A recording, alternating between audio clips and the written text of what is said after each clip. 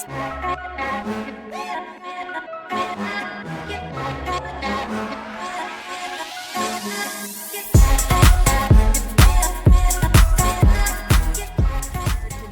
Dr. Michelle Deering, thank you so much for being our guest. You are actually the perfect guest for the Nikki Jensen Show because, you're really geared towards women and families and women and daughters. And I have a daughter. She's 9 and she's 9.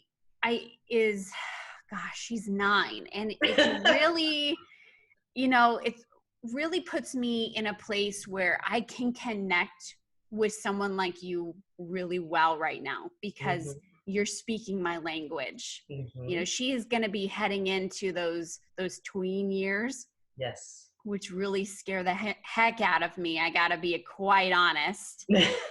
And yes. And I'm really excited because you are an author. You're a doctor, so you're a clinical psychologist, yes. Correct? Yes, your book is What Mothers Never Tell Their Daughters. And I really want to dive into that too. I'm very excited to really learn more about what that means to you and to our audience because there's definitely a deep meaning. But first I want to ask you, so you're a mom. Yes, I am. I'm a mother of twin girls who are young adult daughters right now. They're young adults. Young adults, meaning that they're about to turn 19 next month. Okay, so tell me about your journey as a mom. My journey as a mom started when I met my BFF hubby, and I was crying in the car after it was like maybe a couple of weeks after we had gotten engaged. And I said to him, I don't want to have kids. Do you still love me? kind of thing. And of course, he still loved me, wanted to marry me. But my fear was my relationship with my mom was not the greatest when I was growing up. And there were ways in which we didn't get each other. I didn't get her. She didn't get me. She was all into things that were more artsy, and I was the tomboy. And we just didn't connect. And so and the other thing was she wasn't happy with a lot of the things going on in her life. She was a single mom of 3 kids and busy. She was an immigrant, was she not? Yeah, she immigrated from Jamaica back in the days when there was still segregation and things of that nature. So she had it rough. Yeah. And so she was on her, actually she left an abusive relationship, which I give her, being a mom now, I give her much kudos for having the strength to do. But as a result of all of that, we didn't have a great connection, and I was deathly afraid, for lack of a better word, of repeating any of that with any offspring that I would have, let alone daughters. So, fast forward, my husband and I, we are at the doctor's and they tell us that I'm on the table and they tell us that we're having girls. His chest got all big and proud, and I just went into a state of shock. I was like, no, I thought I was having boys. So. Because that would have been easier, right? That would have been easier for you. So I thought. Sure. I mean, fast forward, I am so glad. I'm a person of faith. So, I just felt God just gave me what I needed and could handle. Yeah. And so I'm really glad I had girls. And particularly my girls, I love them to death. They showed you your life purpose, didn't they? Yeah, and I didn't know it at the time. I'm an athlete. And so I always thought, oh yeah, I have boys, I'll be able to go play sports with them now. With the girls, it's sort of like, okay, one ended up she's a dancer choreographer and the other one is very musical. I'm musical, and it was just neat having twins, seeing different aspects of myself in them, but in their way. And that's the part that I think a lot of times moms can kind of slip into, living their lives through their kids, which my mom did, and wasn't really good. Was your mother abusive? Is your mother still alive? No, I actually, I'd rather folks read my book.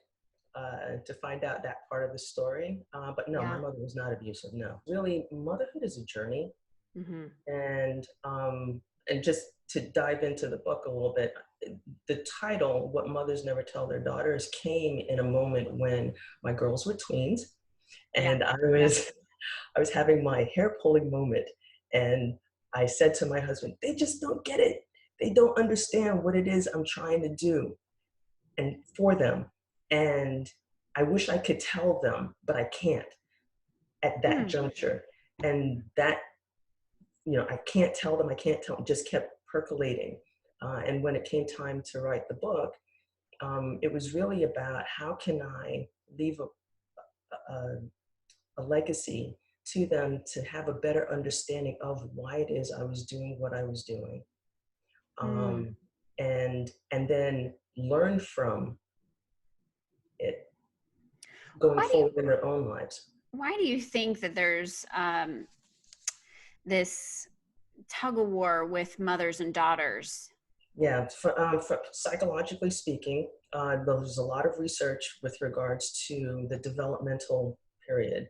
So, just a quick synopsis: you have when a mom and daughter, well, I'm just going to speak in the terms of moms and daughters, okay? When a mom and her daughter unite, sorry, when a daughter's born, there's an initial mirroring period where there's a lot of contact. A lot of research has gone into explaining how that bond in the beginning is very important. But what happens is somewhere around toddler age is when a child is learning to venture off from mom. And and then when they get past toddler age and they're into their elementary school age, it becomes about what are they good at. Mm-hmm. But it's just around the between teen age where identity becomes really important. And for all of their life up until that point, their own definition or experience of femaleness has been from their mom. Mm. But they have to develop their own identity. So it becomes a tug of war. The tug of war is really between the mom seeing aspects of herself in her daughter that she either does or does not like, but the daughter seeing aspects of her mom that are idealized and not idealized. Mm-hmm. And then she's trying to figure out who she is. And that's where the tug of war happens. It's really around issues of separateness, difference, and things of that nature, and how a mom has experienced that herself Mm-hmm. actually impacts how she goes with her daughter through that process. Mm. Because clinically, when I see clients in a clinical setting or even as a mother-daughter relationship personal trainer, they, that's where the issues are. And I actually outline the three thematic things that where moms miss it with their daughters. We can talk about miscommunications happening between moms and daughters all the time, but there are reasons that behind that, and that's what I cover more in the book. And when I'm doing seminars on daughter empowerment, those are the kinds of things that I address with the moms. Would you say that communication is one of the the top breakdowns in a relationship between when they It's are, mothers, of a certain age, and then daughters in their teen ages? Yes, I think like when you I hate to get gross on you, but like when you think zits, okay, and a zit appears, the zit didn't appear right then and there. There were things that were happening beforehand, what you were eating, how much you cleaned, that then contribute to it. And when the zit appears, i.e. the miscommunication, it's just a symptom. It's just an outworking of the symptoms that have been Sure. going on all along. So Oh, I love that. my short answer to your question is yes, but there's stuff that's been preceding that. Sure. Oh my gosh. I love that. I just had like a light bulb moment where it's like, wow, that's a symptom. That's like if you're looking at things on a holistic spectrum, Mm-hmm. you have to look at the whole picture and not just the symptom. Oh, I love that, Dr. Deering. Thank you so much. That was a huge nugget. So when Yes. you're having breakdowns and you're having fights with your daughter, you have to Mhm. look at the whole picture. Does that whole picture, take you back years from when they were babies? Um, yeah, I mean, it happens at different points in time for Okay. different women for different reasons. My whole thing is, and anyone who hangs around me enough will know that my whole thing is, if moms could just pause. We are so busy.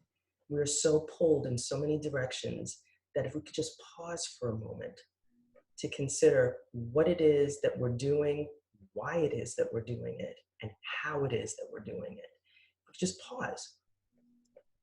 That will actually help you, as you said, look at, okay, was it something that was at infancy, at toddler age, at elementary, and whatnot? But um, that takes some doing to Hmm. pause. And I think that, whereas we're pausing to self-care, as we're pausing to, tone up for beach day, moms, if we could just pause for a second to consider our relationship and what's going on in it. I want to ask you this, and you don't have to answer this in your personal life, but do you find that there's a lot of sexual abuse that happens with women and girls when you're working within relationships? Do you find Actually, that there is a lot of sexual abuse that has happened in their life? um, I think that, well, clinically, as a clinician, I my training is in the area of trauma, whether it be Sure. sexual, physical, mental, emotional, that kind of stuff. So I think my opinion would be skewed a little bit. Sure. Sure. But I think if you look at the recent or year and a half Me Too movement, that is a symptom of stuff that's been going on all along. And if you think about how many decades women have sat with stuff and not had a voice because that whole being silenced, Yeah. now that they're not, they have a way in which to express themselves, I think is wonderful. But sexual abuse or any kind of abuse happens under people's noses and they are not aware of it, which is Mm, why I think it's so important for moms and daughters to at least have that connection where the daughter feels seen, heard, and understood, and the mother is doing the things that she needs to do to facilitate that kind of environment so that right. the daughter can express herself and feel safe doing it. Mm, And that's a lot of what I'm in my seminars, trying to help moms just to be more sensitive to and aware of ways in which they may inadvertently, I mean, it's not that they're intentionally trying to be whatever, but they just inadvertently maybe cut her off when she really was about to express something. You right. see what I'm saying? I Yeah, do. I yeah. do cut her off like emotionally too. Yes, Yeah, cut her off yes, emotionally. yes. And not to, I'm just thinking of an example of Allie Raisman, if I'm recalling the gymnast. I saw her mom interviewed. It was one of the many interviews that they did, but this particular interview, because I'm looking at her, there are ways in which I could just see that all this stuff was going on with her daughter while she's training for the Olympics. And I and often wonder about that. an outsider could look at her mom and say, "Well, how could you not know?" Is that? But no one, but that's being judgmental. Oh And yeah. and all I saw from her mom was the pain. Something was just being stirred up for her at the different points that the interviewer was asking her, "Well, were you aware of this?" Da, da, da, da. There was just something else going on. I do not know them personally. I'm not going Sure. to project anything, but all I saw was the pain. And that's the thing that moms don't tell their daughters. A lot of the times, they are not able to or don't know how to engage them to express to them what they're going through. Yeah. And there are age appropriate ways to do that as your kid, so that you're not crossing the boundary line, as I call it, of parent child relationship, because you don't want to burden them when they're young. But there are appropriate ways to still be honest and in the moment with them in the midst of your stuff. And I think a lot of decades go by unnecessarily, where moms are not able to tell their daughters things that could be helpful for them Yeah. later on, you know? Yeah. I think to really unbury all of that hurt, and that trauma, because that is a trauma that happens, Mm-hmm. that takes a lot of energy. And I think a lot of mothers are sort of scared to confront that because of their own personal guilt, of allowing that to happen. When the baby comes out, you're like, wow, nothing can ever touch this purity. Mm-hmm. And then they do. Mm-hmm. And then you feel the guilt. And as a mom, it's really tough to confront that and see that. So Yes. thank you for bringing up that example, of the mother being interviewed, especially broadcasted throughout the whole world. Right. That's got to be horrifically hard.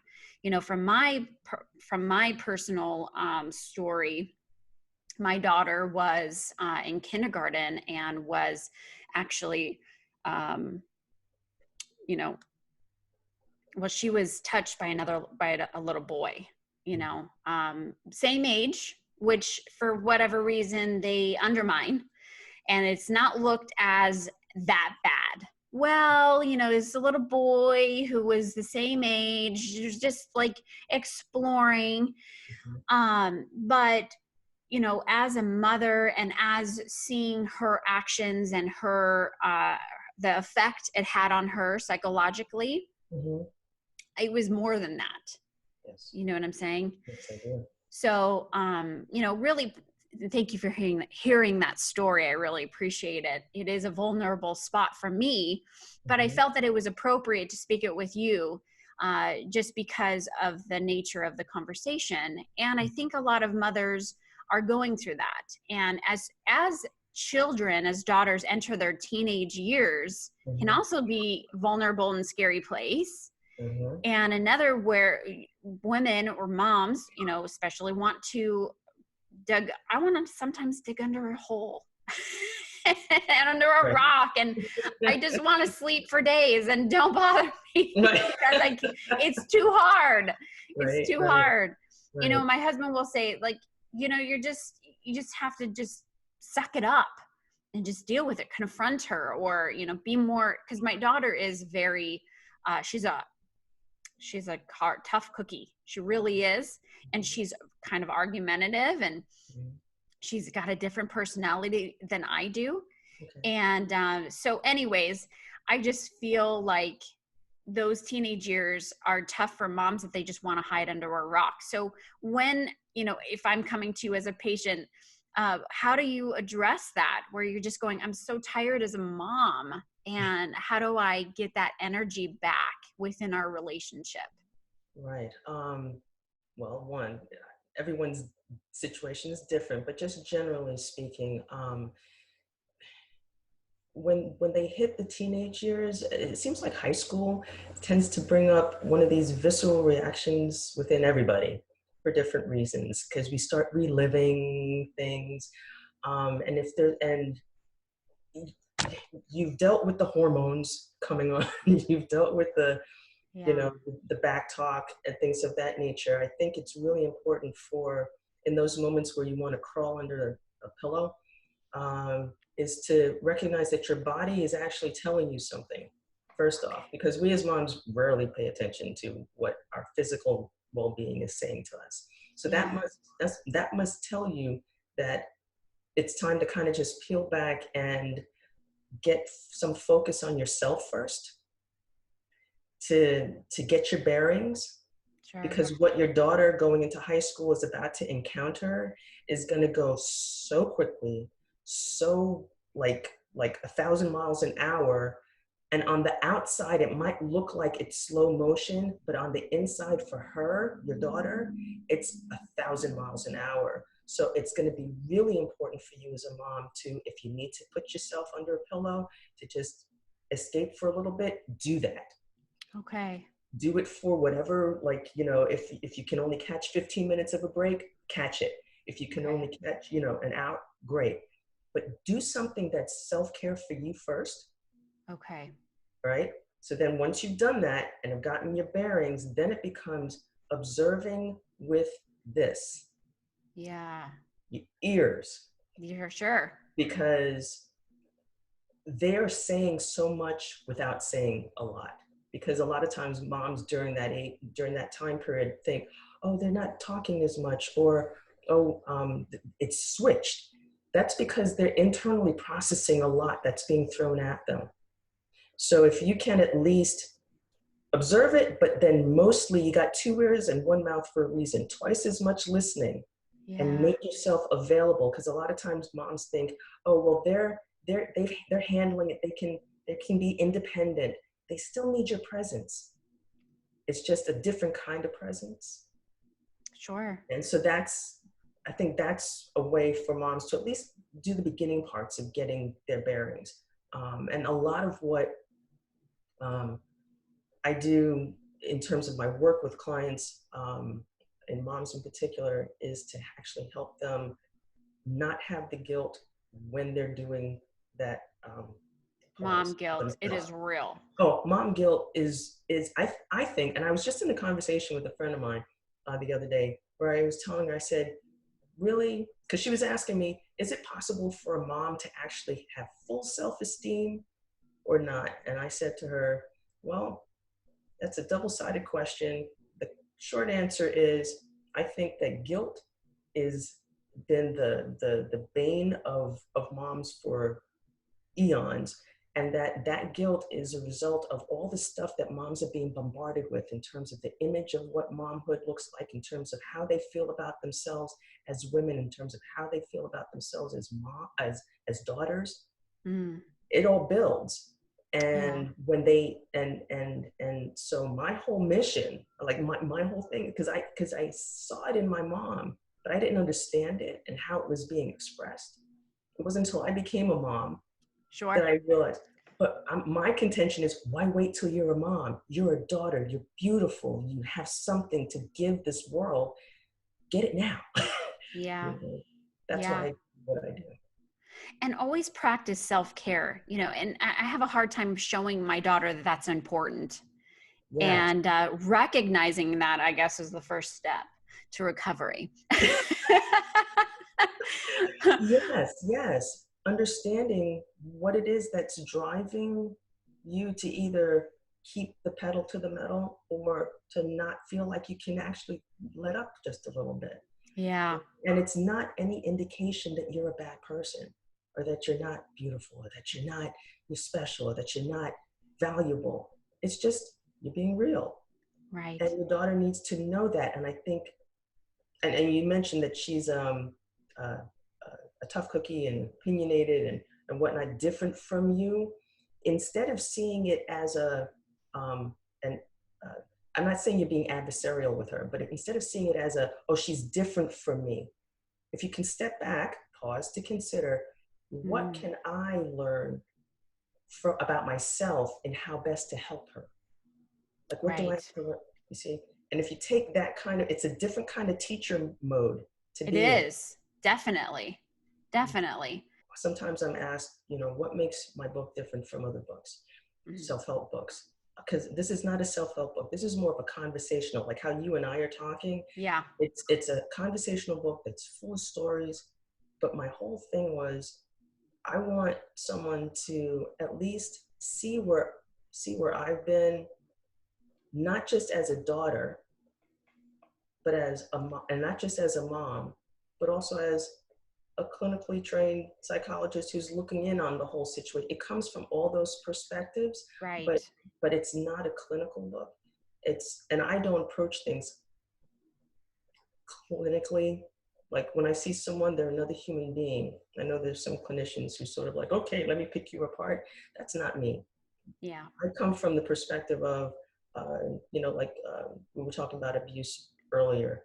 Mm-hmm. I mean, I experienced that in my own background too. Mm-hmm. And that was a contributing reason as to why I didn't want to have girls, let alone two sisters. Yeah. Yeah. Oh gosh, all of that. Yeah. But then to actually take the time to figure out, okay, what do I do when my daughter is assaulted on a bus by a young lad? And then the principal tells me that they have to do mediation with the assailant in the same room, knowing what I know clinically and being talked to as if I'm a mother who doesn't know anything. Yeah. You know, Yeah. Mm. you know what I mean? But at the same time, still give mothers the space that they may not have had. I give moms the space to say, okay, well, let's explore that and see how now we can tweak according to what you think needs to be tweaked to then connect better with the person that you love, your daughter. Yeah. So, getting real, Dr. Daring, getting real. I love it. Oh yeah. Oh yeah. What mothers don't tell their daughters, right? It's your book and it's amazing. And so what are you into right now that can help our listeners, get connected? We're going to have all the links so they can easily get to you at any time for years to come. So don't worry. But what's in the works for you? What are in the works for me right now is that I'm really trying to make stuff accessible. I feel a lot of time, that was the reason why I switched from, even though I'm licensed as a clinical psychologist and board certified as a sports psychologist, I'm really seeing myself as a mother-daughter relationship personal trainer. Sure. So I'm really trying to personalize the experience of moms having a safe space created for them so that they can learn strategies and tools in an environment, whether it's a seminar like what I have been doing the last several weeks, or in the privacy of their own home in terms of an online course and things of that nature. So what's on the horizon for me right now is I'm trying to get more out there in terms of seminar access to me. So a lot of the seminars I'm doing, I'm recording them and be putting them out soon. But I'm also accessible online through an online portal where you can have one-on-one interaction with me in either a consultative personal training environment. So there's a 30-day program and a 60-day program and a 90-day program that I've put together that are all based on some of the principles in my book to help moms get clarity and connection with their daughters. That's fantastic. And I heard that you have a little something for our listeners. Yes. Any listener who watches this broadcast, listens in, and mentions the Nikki Jensen Show, they will get $100 off any one of the 3 packages. All you need to do is in the links below, in your show notes, there'll be a link to my page that actually lists all of those programs, and you get $100 off, but you need to make sure that when you apply to the program, you mention the Nikki Jensen Show. I love it. So generous. Thank you so much for being on the show. You are an absolute light. I didn't really think that I was going to go down the avenue of just, divulging our, business like that. But I really do appreciate your vulnerability and, hearing me and listening to my story. There's so many other mothers out there who have very similar stories to you and I, and it's really nice to have someone of your caliber who they can go to and they can just have some help, and you hear them with both ears, and I love it. Thank you so much. You are a light and just a blessing on the show. Thank you so much for your wisdom, and I just really appreciate your work. And I appreciate you and what you're doing, just providing the forum for moms to actually hear and get encouragement and help. So I'm here to help you help them. So however I can get help. Well, the struggle can be real. The struggle is real, and you're bringing an aid to that to help them, get through those trying years. And the oxygen mask goes on you first, right? Yes. And I love that it's part of your message too. And I really appreciate you being on the show.